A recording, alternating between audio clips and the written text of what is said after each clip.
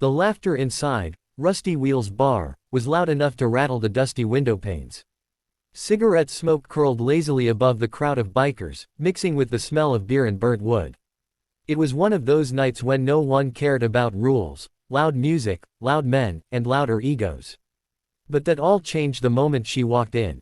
She wasn't the kind of woman anyone expected to see in a place like that. Short brown hair, worn jeans, and an old leather jacket that looked a size too big. She moved quietly, her steps steady, her eyes calm but unreadable. She found a seat near the end of the bar and ordered just a cup of black coffee. A few of the bikers at a nearby table noticed her, especially one, a tall man named Duke, known for his bad temper and worse manners. Duke was the self-proclaimed king of that bar, the kind of man who thought respect came with tattoos and a loud voice. "Hey sweetheart," he called out, grinning. "You lost. This ain't a tea shop." The woman didn't even turn her head. She simply stirred her coffee and said, "Just passing through." Her calmness irritated him. Duke wasn't used to being ignored.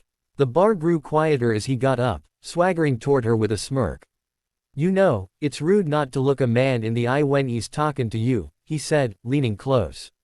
Still no reaction. "Come on, don't be shy," he sneered, reaching for her shoulder. "Don't touch me," she said softly, but there was steel in her tone. Duke laughed. "Or what? You'll glare me to death." And before anyone could stop him, he grabbed the collar of her jacket and yanked, hard enough that the old leather ripped and part of her shirt tore open. The bar froze. For a second, no one breathed. The woman's shirt slipped slightly off her shoulder, revealing something no one expected, a tattoo. Bold, precise. The eagle, globe, and anchor, the emblem of the United States Marine Corps. And right beneath it, etched in black ink, were the words, "In memory of Sergeant Matthew Cole, Kia, Fallujah." Duke stepped back, his smirk fading as the realization hit him. The entire bar went silent. Even the jukebox seemed to stop mid-song. The woman finally turned her head toward him. Her eyes weren't angry, just cold, steady, and full of a strength that made even the toughest men shrink back.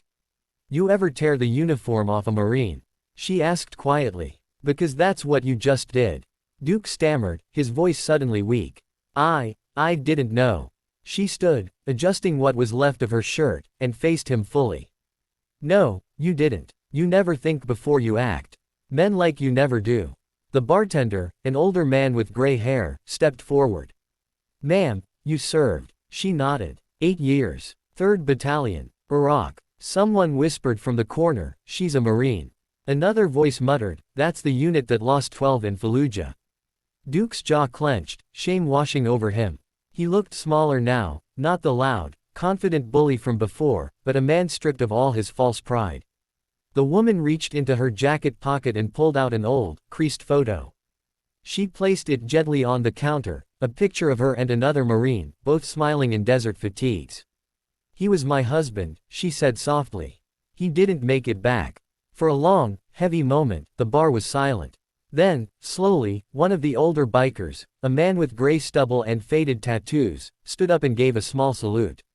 "Semper Fi, ma'am." She returned it. "Semper Fi." The others followed, one by one, heads bowed, respect replacing arrogance. Even Duke lowered his gaze, unable to meet her eyes. The bartender poured her a fresh cup of coffee on the house. "You're welcome here anytime, Marine." She smiled faintly. "Appreciate it. But I should get going." As she headed toward the door, Duke called out, not in anger this time, but in regret. "Hey, I'm sorry." She paused, then turned slightly. "Don't be sorry. Be better." With that, she walked out into the night, her figure framed by the soft glow of the neon sign. The bar stayed silent long after she left. That night, no one touched their drinks for a while. The laughter didn't return, and the jukebox stayed off. Something had shifted in that smoky little bar, a reminder of what real strength and honor look like. Duke sat in silence, staring at the torn piece of leather on the floor. For the first time in years, he felt small, but in a way that made him think.